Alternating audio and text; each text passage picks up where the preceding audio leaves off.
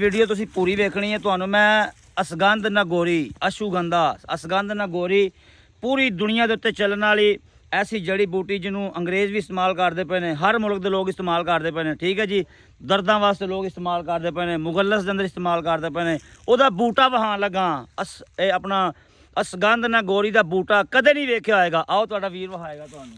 ਠੀਕ ਹੋ ਗਿਆ ਜੀ। ਇਹ ਨਜ਼ਰ ਆ ਰਿਹਾ ਜੀ, ਇਹ ਪੌਦਾ ਦੇਖ ਰਹੇ ਹੋ? ਪਾਣੀ ਥੋੜਾ ਜਿਹਾ ਪਿੱਛੇ ਕਰਕੇ ਉਹਨੂੰ ਵਹਾਓ ਜ਼ਰਾ।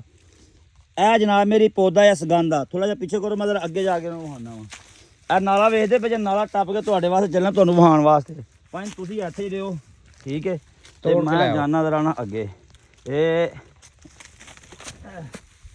ਠੀਕ ਹੋ ਗਿਆ ਜੀ, ਅਸਗੰਧ ਨਾਗੋਰੀ। ਠੀਕ ਹੋ ਗਿਆ। ਇਹ ਵੇਖ ਰਹੇ ਜੇ, ਇਹ ਪੌਦਾ ਜਨਾਬ ਮੇਰੀ ਅਸਗੰਧ ਨਾਗੋਰੀ, ਕਿਉਂਕਿ ਸਾਡੇ ਪੰਜਾਬ ਦਾ ਹੈ, ਸਮਝ ਲੱਗੀ? ਇਹ ਅਸਗੰਧ ਨਾਗੋਰੀ ਦਾ ਪੌਦਾ ਜੀ। ਠੀਕ ਹੈ, ਇਹ ਲੋ ਤੁਹਾਨੂੰ ਪੁੱਟ ਕੇ ਵਹਾ ਦਿੰਦੇ ਆ। ਕੀ ਯਾਦ ਕਰੋਗੇ? ਕਿੱਥੋਂ ਲੱਭਣੀਆਂ ਤੁਹਾਨੂੰ ਐਵੇਂ ਦੀਆਂ ਮਾਲੂਮਾਤਾਂ ਜਿਹੜੀਆਂ ਤੁਹਾਨੂੰ ਹਕੀਮ ਸ਼ਮਸੁਦੀਨ ਨੇ ਦੇਣੀਆਂ? ਇਹ ਖੁਸ਼ਕ ਹੋ ਗਈ, ਠੀਕ ਹੈ ਜੀ। ਇਹ ਹੋ ਜਾਏਗੀ ਮੋਟੇ ਵਾਲੀ, ਇਹ ਤੋਂ ਅੱਗੇ ਜਿਹੜੀ ਹੋਗੀ ਬਰੀਕ ਵਾਲੀ ਹੋ ਜਾਏਗੀ। ਇਹਨੂੰ ਕਹਿੰਦੇ ਨੇ ਅਸਗੰਧ ਨਾਗੋਰੀ।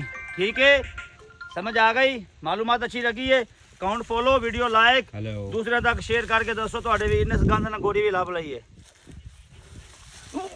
ਅੱਛਾ ਚਲੋ ਜੀ, ਘਾਟਾ ਦੇ ਰਿਹਾ ਜੀ। ਅੱਛਾ।